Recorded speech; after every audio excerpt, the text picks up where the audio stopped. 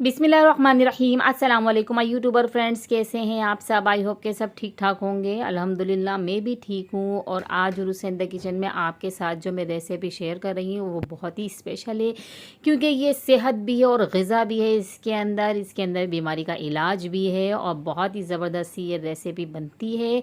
तो ये बना रहे हैं हम सुहाजना की फली और आलू के साथ इसको बना रही हूँ।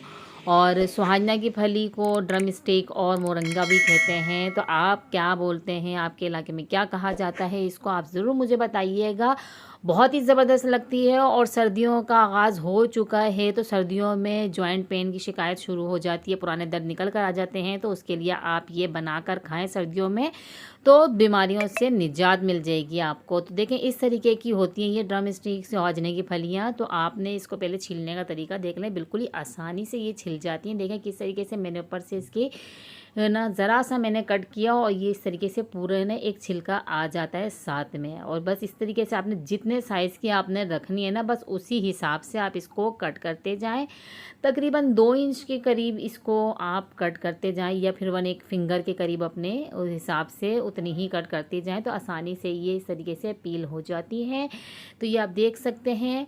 और सारी मैं इसी तरीके से छील लूँगी और बहुत ही अच्छा टेस्ट होता है इसका। मुझे तो ये बहुत ही पसंद है। और इसका तो मैं सूप भी बनाती हूँ। और दाल की रेसिपी मेरी आपको मेरे चैनल पे मिल जाएगी। जो सुहाजना फली और दाल की रेसिपी है वो दाल में भी बहुत अच्छी बनती है और आलू में भी लाजवाब बनती है।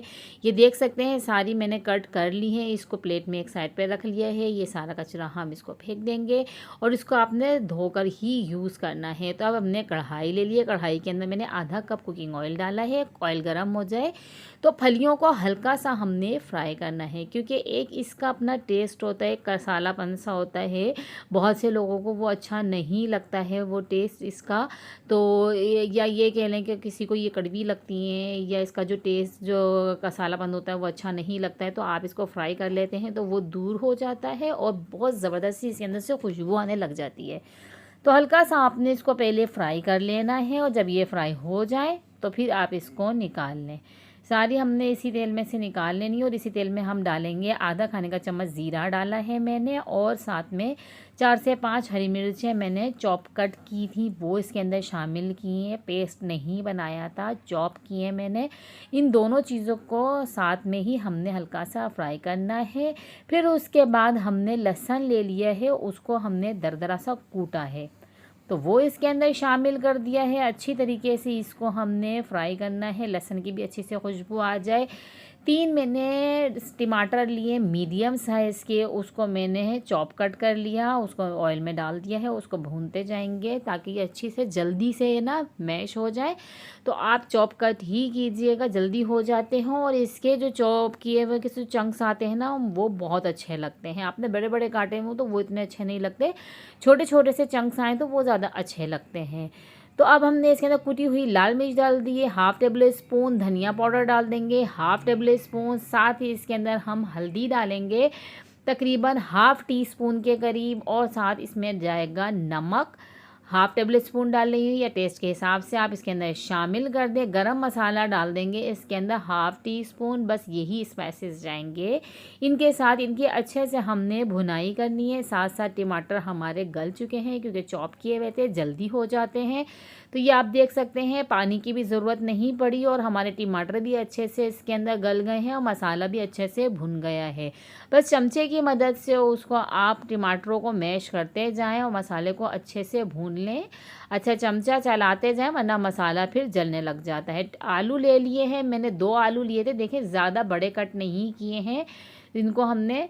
और उसको अच्छे से वॉश करके मैंने इसके अंदर डाल दिए हैं। 2 आलू लिए थे, और साथ ही इसके अंदर सुहाने की फलियां जो हमने फ्राई करके साइड में रखी थी वो भी इसके अंदर शामिल कर देंगे।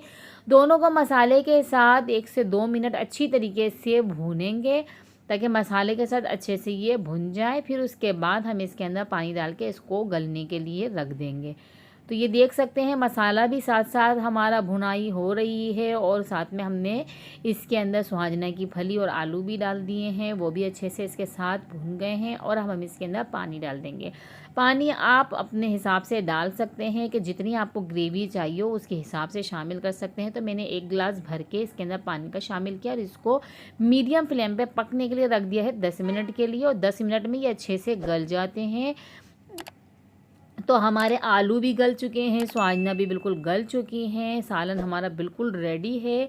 आप देख सकते हैं फलियां भी हमारी कितनी अच्छी लग रही हैं और बहुत ज़बरदस्त सा कलर आया है सालन का। अब हमने इसके अंदर डाल दी हैं कुछ हरे धनिए की पत्तियां, जो कि सालन में रौनक बढ़ा देती है, शान बढ़ा देती है सालन की। बस ये डालने के बाद हमने इसको मिक्स करना है और इसको सर्व करना है। बहुत ही ज़बरदस्त सी हेल्दी रेसिपी आपके साथ शेयर किए। कैसी लगी आपको ये रेसिपी आप मुझे कमेंट बॉक्स में ज़रूर बताइएगा और मेरे चैनल के साथ ऐसे जुड़े रहें, मेरी रेसिपीज़ को देखा करें और अपने फ्रेंड्स एंड फैमिलीज़ के साथ इस रेसिपीज़ को शेयर भी किया करें ताकि वो भी अच्छी अच्छी सी रेसिपी अपने घर में बनाएं, अपने घर के दस्तरखानों को अच्छे अच्छे हेल्दी खानों से सजाते रहें। और इसमें तो बीमारी का भी इलाज है, घुटने का दर्द हो या कमर का दर्द, सारी बीमारियां दूर हो जाती हैं। तो चलें इसके साथ ही मुझे अगली वीडियो तक दीजिए इजाज़त। अल्लाह हाफिज़।